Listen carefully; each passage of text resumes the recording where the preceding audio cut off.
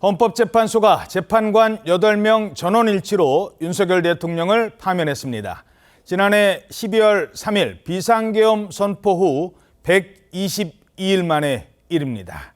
자, 먼저 헌법재판소 재판 내용 정리해드리겠습니다. 헌법재판소에 나가 있는 취재기자 연결합니다. 송민선 기자, 자, 선고 결과부터 정리해 주시죠. 네, 헌법재판소가 윤석열 대통령 탄핵소추안에 대해 재판관 8명의 전원 일치 의견으로 인용 결정을 내렸습니다. 효력이 즉시 발생해서 윤 대통령은 직위를 잃고 파면됐습니다. 오전 11시에 문영배 헌법재판소장 권한대행을 필두로 재판관들이 순차 입장을 했고 곧바로 선고문 낭독이 시작돼 22분 만인 오전 11시 22분 문 권한대행이 대통령 윤석열을 파면한다는 주문을 읽고 선고가 끝났습니다.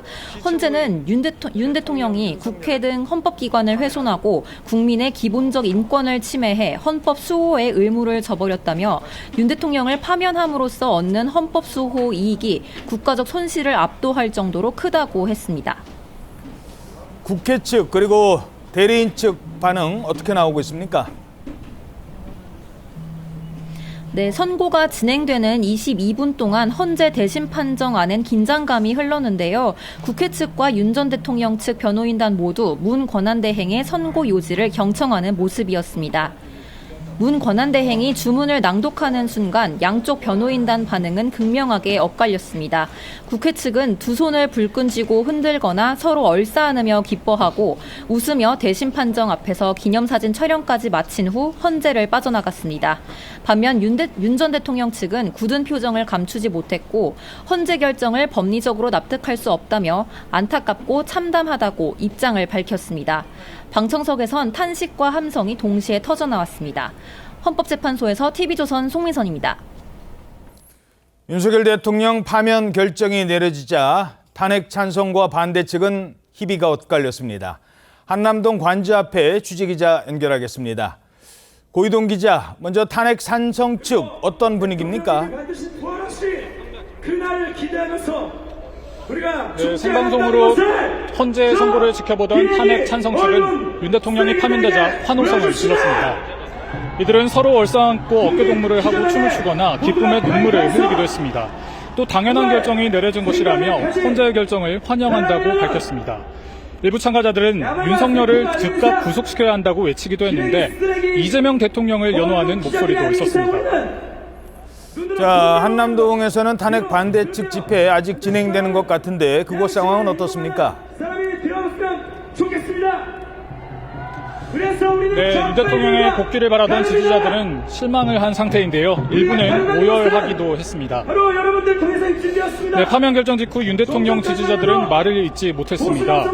윤석열 대통령을 외치며 눈물을 흘리는 모습도 보였습니다. 일부에서는 욕설을 쏟아내기도 했는데요.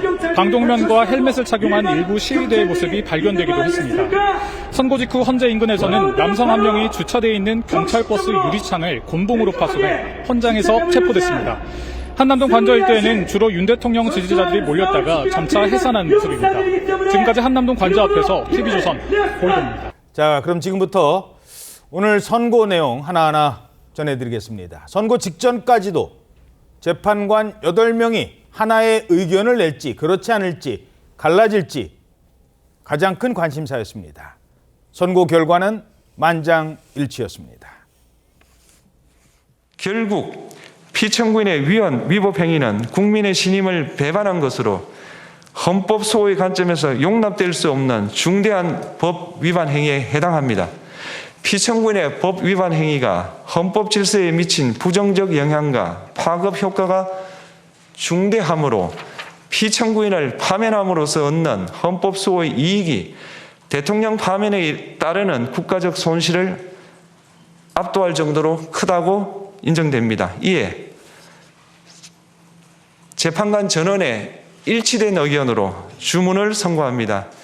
탄핵 사건이므로 선고 시각을 확인하겠습니다. 지금 시각은 오전 11시 22분입니다. 주문, 피청구인 대통령 윤석열을 파면한다.